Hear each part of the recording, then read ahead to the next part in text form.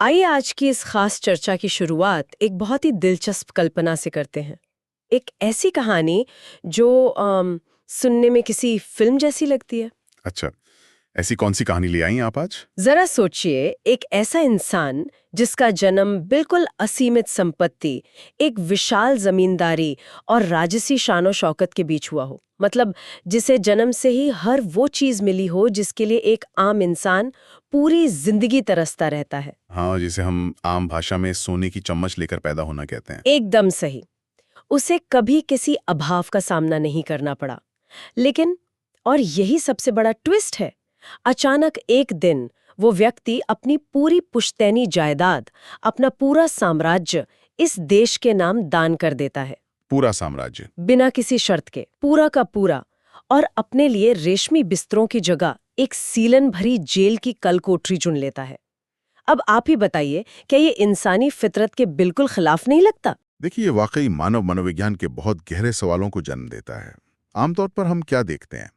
जब किसी के पास असीमित शक्ति या पैसा होता है तो वो उसे बढ़ाने में लग जाता है। बिल्कुल, उसका पूरा तंत्र उस संपत्ति को बचाने, उसे अपनी आने वाली पीढ़ियों तक सुरक्षित रखने में लग जाता है। अपनी मर्जी से, बिना किसी मजबूरी के सब कुछ त्याग देना। वैसे इतिहास में ऐसी घटनाएं बहुत ही दुर्लभ हैं। सही बात है। और यही वो रहस्य है जिसे आज हम इस गहन विश्लेषण में सुलझाने वाले हैं। आज हम एक ऐसे महानायक की बात कर रहे हैं जिन्हें इतिहास में कर्नाटका केसरी या कर्नाटका के शेर के नाम से जाना जाता है, गंगाधर राव बालकृष्ण देशपांडे। क्या बात है!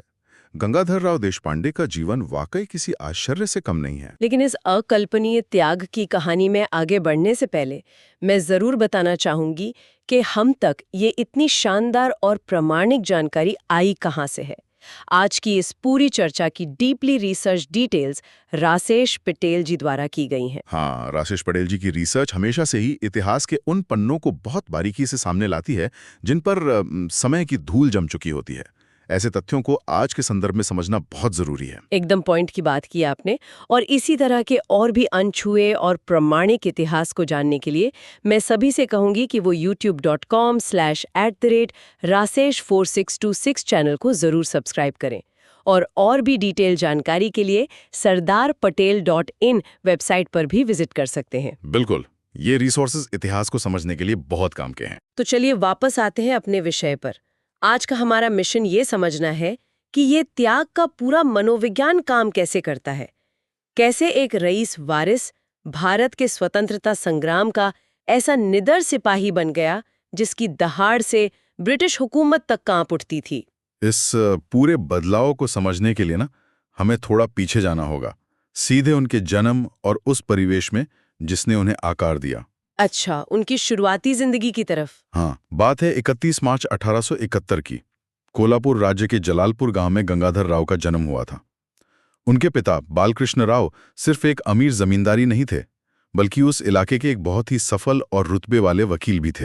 चलिए इस पॉइंट को थोड़ा और खोलते हैं। मैंने पढ़ा था कि गंगाधर राव अपने पिता के इकलौते बेटे थे। जी हाँ, इकलौते बेटे। इसका मतलब है कि वो इस पूरी विशाल रियासत के एकमात्र वारिस थे। अगर हम इसको आज के कॉन्टेक्स्ट में देखें, जैसे आज के किसी बड़े कॉर्पोरेट घराने या किसी अरबपति के इकलौते वारिस को देखें, तो ऐसी विरासत अक्सर इंसान को सुविधा भोगी बना देती है। वो तो है। जब सब कुछ पकी पकाई प्लेट में मिल जाए तो स्ट्रगल करने की आदत कहाँ रहती है? वही ना, संघर्ष करने की क्षमता ही खत्म हो जाती है। तो फिर गंगाधर राव के भीतर इस क्रांति का बीज कहाँ से पनपा? उन्होंने ये आराम की जिंदगी क्यों नहीं चुनी? ये बहुत ही सटीक सवाल पूछा आपने, और इसका जवाब छिपा है उस दौर के भूगोल और बौद्धिक माहौल में। बेलगांव में अपनी शुरुआती पढ़ाई पूरी करने के बाद गंगाधर राव आगे की पढ़ाई के लिए पुणे चले गए। पुणे का प्रसिद्ध डेक्कन कॉलेज। अच्छा, पुणे का वो 1890 के दशक वाला दौर। एग्जैक्टली, 1890 के दशक के पुणे को समझना सबसे जरूरी है यहाँ। वो सिर्फ एक शहर नहीं था उस वक्त, वो पूरे भारत की बौद्धिक और वैचारिक क्रांति का एक नर्व सेंटर था। मतलब हम कह सकते हैं कि वहाँ की हवाओं में ही एक अलग तरह की ऊर्जा थी, है ना? एक सुलगता हुआ ज्वालामुखी जहाँ से नई सोच निकल रही थी। बिल्कुल। पुणे उस समय महादेव गोविंद रानाडे, गोपाल कृष्ण गोखले और लोकमान्य बाल गंगाधर तिलक जैसे दिग्गजों का कर्म क्षेत्र था।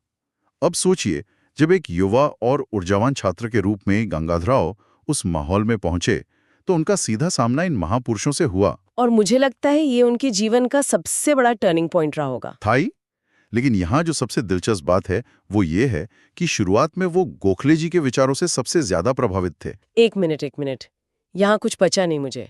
गोखले जी तो नरम दल के नेता थे ना? हाँ, बिल्कुल नरमपंथी थे। यानी याचिकाएं देना, शांतिपूर्ण विरोध करना, ब्रिटिश न्याय प्रणाली में थोड़ा विश्वास रखना, ये सब उनकी शैली थी। और हम यहाँ बात कर रहे हैं कर्नाटका के शेर की, तो ये जो इतना बड़ा ट्रांसफॉर्मेशन है वो कैसे हो गया? यही पर गोखले जी की पारखी नजर का कमाल दिखता है। गोखले जी भले ही नरमपंथी थे, पर वो एक बहुत ही दूरदर्शी रणनीतिकार थे। उन्होंने इस युवा छात्र के भीतर की उस उबलती हुई ऊर्जा को, उस आक्रामकता को पढ़ लिया था। ओ, मतलब उन्होंने पहचान लिया कि ये लड़का याचिकाएं लिखने के लिए नहीं बना है। सही पकड़ा आपने। गोखले जी ने महसूस किया कि गंगाधर राव का स्वभाव संवैधानिक अपीलों के लिए नहीं है, इसलिए उन्होंने खुद गंगाधर राव को यह सलाह दी कि वो तिलक महाराज से मिलें। क्या बात कर रहे हैं?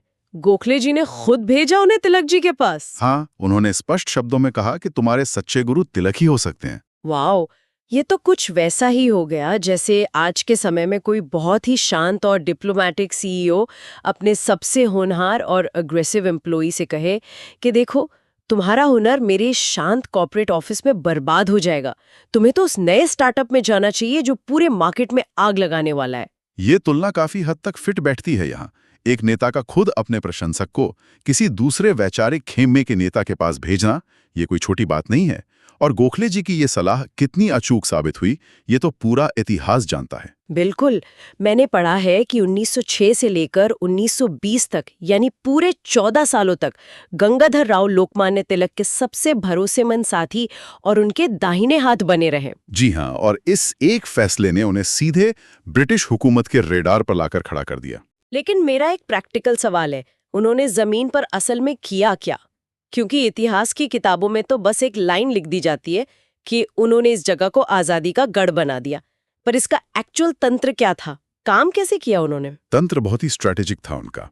उन्होंने सिर्फ तिलक जी का अनुधारण नहीं किया, बल्कि उनकी विचारधारा को एक प्रॉपर संस्थागत रूप दिया।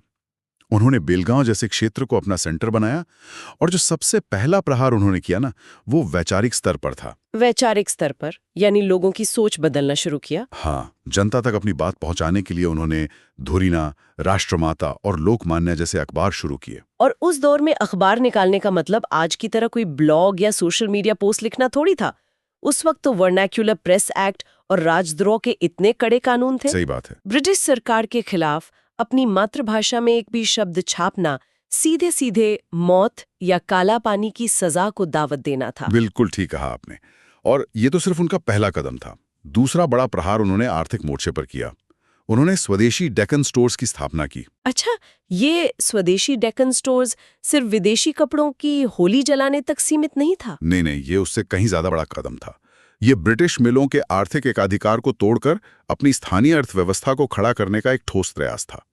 देखिए, उनके अखबारों की भाषा इतनी प्रखर होती थी और जमीनी स्तर पर उनका संगठन इतना मजबूत था कि पूरा का पूरा कर्नाटक मानो जाग उठा था। और इसीलिए उन्हें कर्नाटक का सिंह की उपाधि मिली। हाँ, उनकी इसी अभूतपूर्व नेतृत्व क्षमता के कारण जनता उन्हें कर्नाटक केसरी कहने लगी थी। अब देखिए, यहाँ से कहानी और भी ज्यादा दिलचस्प हो जाती है, क्योंकि जब कोई नेता इतना प्रभावशाली हो जाता है तो ये तो तय है कि सत्ता पलटवार जरूर करेगी। अंग्रेज बिल्कुल शांत तो बैठने वाले थे नहीं। वही ना, अंग्रेज ये समझ चुके थे कि गंगाधर राव अब सिर्फ एक व्यक्ति नहीं रहे, वो एक पूरी समानांतर सरकार बनते जा रहे हैं। और आप ही बताइए, एक जमींदार को तोड़ने का सबसे पुराना और आजमाया हुआ तरीका क्या होता है? उस पर आर्थिक प्रहार करना, उसकी संपत्ति छीन लेना। एग्जैक्टली। और ब्रिटिश सरकार ने ठीक यही रणनीति अपनाई। 1912 में अंग्रेजों ने उनकी पुश्तैनी जमीन, जिसे वतन कहा जाता था, उसे जब्त कर लिया। इसको थोड़ा समझना होगा हमें। उस सामंती व्यवस्था में वतन छिन जाने का आखिर मतलब क्या होता था? मेरे ख्याल से ये सिर्फ कुछ एकड़ जमीन या आमदनी का नुकसान तो नहीं था। बिल्कुल नहीं। ये उनके पूरे सामाजिक रुतबे, उनकी पहचान और उनकी पावर को जड़ से उखाड़ फेंकने का प्रयास था। अंग्रेजों को पूरा यकीन था कि एक इतने रईस घराने का आदमी ये आर्थिक और सामाजिक सदमा बर्दाश्त नहीं कर पाएगा। उन्हें लगा कि वो घुटनों पर आ जाएंगे। तो क्या हम ये कह सकते हैं कि अंग्रेजों ने उनके मनोविज्ञान को पढ़ने में एक बहुत भारी भूल कर दी थी? क्योंकि रिकॉर्ड्स तो यही बताते हैं कि इतनी बड़ी पुश्तैनी रियासत, इतना बड़ा वतन छिन जाने के बाद भी उनके चेहरे पर शिकन की एक लकीर तक नहीं आई। यही तो उनके चरित्र की सबसे बड़ी खासियत थी। वो अपनी जमीन को अपनी ताकत मानते ही नहीं थे। वो अपने विचारों को, अपने इरादों को अपनी ताकत मानते थे। कमाल का आत्मविश्वास था। और जब अंग्रेजों ने देखा कि जमीन जब्त करने का उनका यह दाव उल्टा पड़ गया है और गंगाधर राव पहले से भी ज्यादा निडर हो गए हैं, तो हुकूमत ने हताशा में अपना सबसे खतरनाक हथियार निकाला। खतरनाक हथियार मतलब? 1914 में अंग्रेजों ने उन्हें एक हत्या के झूठे केस में फंसा दिया। बाप रे, ये तो सीधे तौर पर चरित्र हनन और उन्हें फिजिकली खत्म करने की साजिश थी। हत्या का मुकदमा मतलब तो सीधे फांसी का फंदा होता है। ये ब्रिटिश हुकूमत की बौखलाहट का चरम था। वो किसी भी तरह उन्हें रास्ते से हटाना चाहते थे। हाँ। लेकिन वो कहते हैं ना कि सत्य की अपनी एक अलग ताकत होती है। हाँ, और वो इस झूठे केस से बाइज्जत बरी हो गए थे ना। बिल्कुल। गंगाधर राव उस झूठे केस से पूरी तरह निर्दोष साबित होकर अदालत से बाहर आए। इस एक घटना ने अंग्रेजों के मंसूबों पर पूरी तरह से पानी फेर दिया। और पता है इसका नतीजा क्या हुआ? हाँ। इस एक जीत ने पूरे कर्नाटका में ये संदेश दे दिया कि ब्रिटिश सरकार अजेय नहीं है, उन्हें हराया जा सकता है, उन्हें अदालत में झुकाया जा सकता है। ये तो सच में एक बहुत बड़ा मॉरल बूस्ट रहा होगा आम जनता के लिए। पर देखिए, इस सारे संघर्ष के बीच ना एक ऐसा मोड़ आता है जो पूरे देश की राजनीति को बदल कर रख देता है। हम बात कर रहे हैं 1920 के साल की। लोकमान्य तिलक का निधन। हाँ, पूरे देश के लिए ये एक बहुत बड़ा झटका था। लेकिन गंगाधर राव के लिए तो ये मानो उनके राजनीतिक और आध्यात्मिक आकाश का ही सूना हो जाना था। तिलक का जाना केवल एक व्यक्ति का जाना नहीं था, वो एक पूरी युगवादी शैली का अंत था। उस समय स्वतंत्रता आंदोलन के सामने एक बहुत बड़ा वैचारिक शून्य पैदा हो गया था कि अब नेतृत्व कौन करेगा। उग्रवादी और नरमपंथी विचारधाराओं के बीच का संतुलन अब कैसे बनेगा। और उस नाजुक दौर में गंगाधर राव ने किसकी तरफ देखा? महात्मा गांधी की तरफ। और सच कहूं तो मुझे ये परिवर्तन हमेशा से बहुत हैरान करता है। ऐसा क्यों लगता है आपको? जो पिछले 14 साल से तिलक के सबसे करीबी थे, उन्होंने अचानक ये वैचारिक बदलाव कैसे कर लिया? क्या उन्हें इन दोनों विचारधाराओं के बीच कोई विरोधाभास नजर नहीं आया? ये आपने बहुत ही शानदार ऑब्जर्वेशन रखा है यहाँ पर। लेकिन गहराई से देखने पर पता चलता है कि गंगाधर राव ने इन दोनों ने कोई विरोधाभास देखा ही नहीं। अच्छा, वो कैसे? उनका मानना था कि गांधी जी जो असहयोग का आंदोलन खड़ा कर रहे हैं ना, वो दरअसल तिलक की ही जमीनी राजनीति का एक और अधिक व्यापक और विकसित रूप है। उन्होंने ये महसूस किया कि तिलक में जो चेतना जगाई थी, गांधी जी उसी चेतना को अब एक अनुशासित जन आंदोलन में बदल रहे हैं। ओह, मतलब उन्होंने इसे दो अलग रास्ते ना मानकर एक ही रास्ते का अगला पड़ाव माना? एग्जैक्टली। इसीलिए बिना किसी वैचारिक अहंकार के उन्होंने गांधी जी का नेतृत्व पूरी तरह स्वीकार कर लिया। और इसका सबसे बड़ा और ऐतिहासिक प्रमाण हमें 1924 में देखने को मिलता है ना? जी हाँ, 1924 का वो ऐतिहासिक बेलगांव कांग्रेस अधिवेशन। आप जानती हैं, भारतीय राष्ट्रीय कांग्रेस के पूरे लंबे इतिहास में ये एकमात्र ऐसा अधिवेशन है जिसकी अध्यक्षता स्वयं महात्मा गांधी ने की थी। जरा इस बात की गहराई को सोचिए हमारे सुनने वाले। 1924 का दौर और बेलगांव जैसा एक छोटा सा शहर, वहां पूरे देश के नेताओं को एकत्र करना, हजारों लोगों के ठहरने का, खाने का और सुरक्षा का इंतजाम करना, ये कोई मामूली काम थोड़ी था। बिल्कुल नहीं। आज के टाइम में तो व्हाट्सएप और ईमेल से सब मैनेज हो जाता है। उस वक्त तो कुछ भी नहीं था। वही तो, बिना इंटरनेट, बिना आधुनिक संचार के ये सब कैसे संभव हुआ होगा? इसके पीछे जो सबसे बड़ी संगठनिक शक्ति थी, वो गंगाधर राव की दिन रात की मेहनत और उनका जमीनी प्रभाव ही था। उनकी व्यवस्था प्रबंधन क्षमता यानी मैनेजमेंट स्किल्स वाकई लाजवाब थीं। उन्होंने साबित कर दिया कि वो सिर्फ एक विचारधारक या भाषण देने वाले नेता नहीं हैं, बल्कि जमीन पर उतरकर काम करने वाले एक कुशल प्रबंधक भी हैं। और इसके बाद तो उन्होंने 1921, 1930 और 1942 के प्रमुख आंदोलनों में भी सक्रिय रूप से हिस्सा लिया। उसके लिए उन्होंने जेल की भयानक यातनाएं भी सही। हम जेल आना जाना तो उनकी जिंदगी का हिस्सा बन गया था। पर अब मैं उस घटना पर आना चाहती हूँ जो सच में किसी को भी अवाक कर सकती है। 1929 का साल। आइए इसकी तुलना थोड़ा आज के समाज से करते हैं। चलिए देखते हैं। आज हम कोर्ट कचहरियों में क्या देखते हैं? सगे भाई या सगे रिश्तेदार महज एक छोटी सी दीवार या एक बीघा जमीन के टुकड़े के लिए एक दूसरे के खून के प्यासे हो जाते हैं। जमीन और जायदाद का मोह इंसान की नसों में इतनी गहराई तक समाया होता है। ये तो है। संपत्ति से जुड़ाव एक बहुत ही आदी मतलब प्रिमिटिव मानवीय प्रवृत्ति है। ये सिर्फ पैसे का मामला नहीं होता, ये आपकी सुरक्षा और आपकी सत्ता यानी पावर का मामला होता है। तो फिर जरा 1929 के गंगाधर राव देशपांडे के बारे में सोचिए।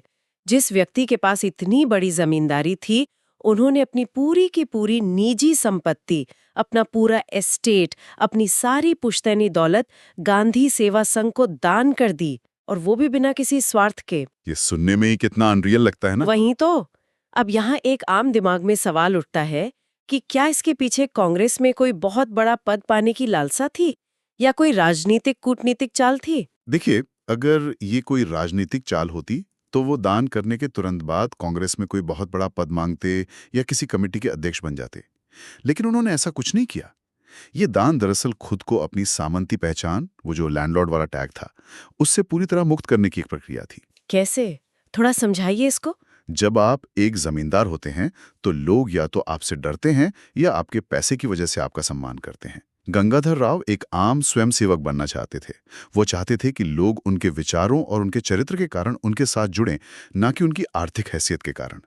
ये एक बहुत बड़ा साइकोलॉजिकल परिवर्तन था उनके अंदर। ओह, इसका मतलब है कि उन्होंने अपनी पावर की ढाल को खुद ही तोड़ दिया ताकि वो सीधे जनता के दिलों तक पहुंच सकें, एक आम इंसान बनकर। एकदम सही।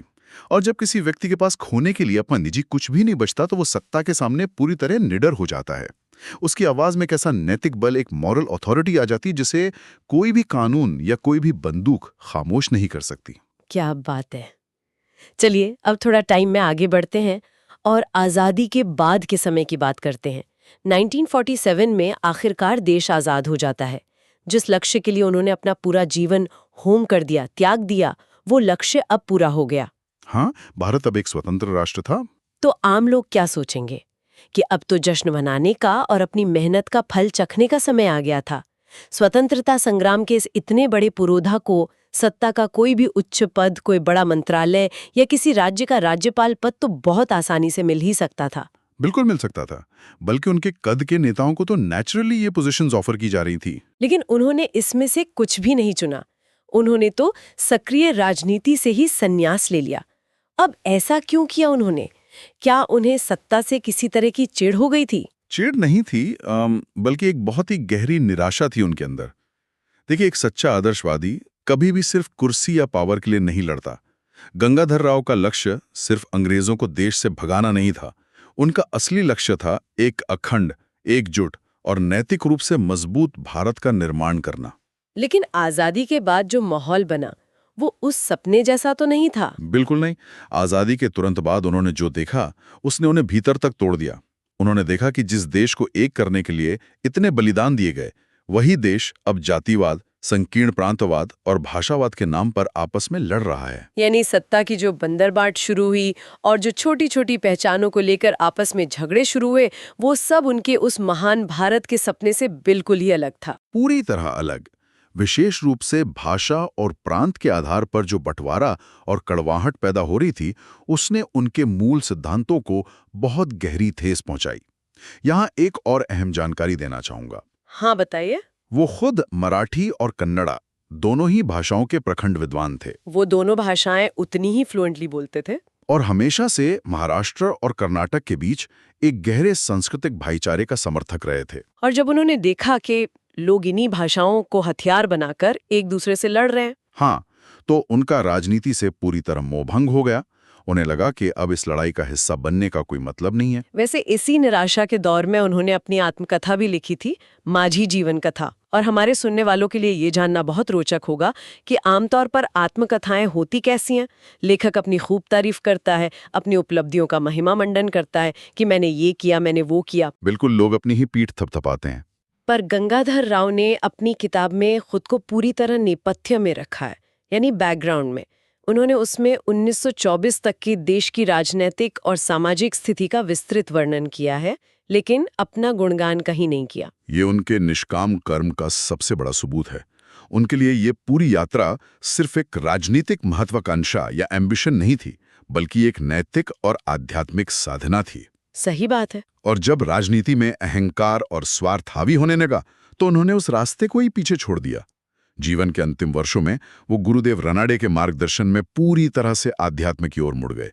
जो शांति उन्हें राजनीति के इस शोरगुल में नहीं मिल रही थी, वो उन्होंने अपने भीतर की आध्यात्मिक यात्रा में खोज ली। और आखिरकार 30 जुलाई 1960 को 89 वर्ष की आयु में इस महान योगी ने इस संसार से विदा ले ली। हाँ, एक युग का अंत हो गया। अगर इस पूरी ऐतिहासिक चर्चा का हम निचोड़ निकालें तो वो बहुत ही स्पष्ट है। इंसान के पास चाहे कितनी भी दौलत हो, कितनी भी बड़ी जमींदारी हो या कितने ही ऊंचे राजनीतिक पद क्यों ना हो, वो सब नश्वर है। समय के साथ सब कुछ मिट्टी में मिल ही जाता है। लेकिन जो व्यक्ति किसी ऊंचे आदर्श के लिए अपना सर्वस्व त्यागने का साहस रखता है, उसे समय की रेत भी कभी मिटा नहीं सकती। आज इतने दशकों बाद भी बेलगांव और हुडाली के लोगों के दिलों में कर्नाटक केसरी के लिए जो बेपनाह आदर है, वो किसी सत्ता या पावर का सम्मान नहीं है, बल्कि उनके उसी निस्वार्थ त्याग का सम्मान है। उन्होंने एक बहुत ही गहरा वैचारिक बीज बोया था उस वक्त, और उसी पेड़ की छांव में आज हम एक आजाद देश के नागरिक के रूप में बैठे हैं। ये हमें हमेशा याद रखना चाहिए। बिल्कुल। और मैं यहाँ जरूर कहूंगा कि ऐसी कहानियों को बाहर लाने के लिए हमें इन डिटेल्ड रिसर्चेस की बहुत जरूरत है। एकदम सही। और हम एक बार फिर इस शानदार और प्रामाणिक रिसर्च के लिए रासेश पटेल जी का दिल से धन्यवाद करते हैं। मैं अपने सभी सुनने वालों से फिर अपील करूंगी कि ऐसे ही ऐतिहासिक और तथ्यात्मक विश्लेषणों के लिए youtube.com/rasesh4626 को ज़रूर सब्सक्राइब करें और साथ ही sardarpatel.in वेबसाइट पर विजिट करके इतिहास को और करीब से जानें। इतिहास को जब इस तरह इतनी बारीकी से और बिना किसी लाग लपेट के समझाया जाता है ना, तभी हम अपने वर्तमान की कमियों को पहचान पाते हैं और भविष्य को बेहतर बना सकते हैं। सही कहा आपने। और अब आज की इस चर्चा को खत्म करने से पहले आइए उसी बिंदु पर वापस लौटते हैं जहां से हमने बात शुरू की थी, त्याग और भाईचारा। गंगाधर राव देशपांडे ने अपनी असीमित संपत्ति, अपनी जागीर और अपनी पूरी जिंदगी इसलिए दांव पर लगा दी ताकि हम सब एक स्वतंत्र और एकजुट देश में पूरे सम्मान के साथ जी सकें। उन्होंने महाराष्ट्र, कर्नाटक और पूरे देश के बीच एक अटूट भाषाई और प्रांतीय भाईचारे का सपना देखा था। तो आज जब हम उसी आज़ाद और लोकतांत्रिक हवा में सांस ले रहे हैं, जिसे सुरक्षित करने के लिए उन्होंने अपना सब कुछ लुटा दिया, तो क्या हमें ये नहीं सोचना चाहिए कि कहीं हम अपनी रोज़मर्रा की छोटी छोटी प्रांतीय या भाषाई बहसों में उलझकर उनके उस महानतम बलिदान और भाईचारे के संदेश को हमेशा के लिए भुला तो नहीं रहे हैं? ये एक ऐसा चुपता हुआ सवाल है जो हम सबको अकेले में बैठकर खुद से पूछना चाहिए। बिल्कुल। और इसी गहरे विचार के साथ आज के इस गहन विश्लेषण को हम यहीं विराम देते हैं। ऐसे ही किसी और अनछुए और रोचक विषय के साथ आपसे फिर मुलाकात होगी। तब तक जुड़े रहिए हमारे साथ।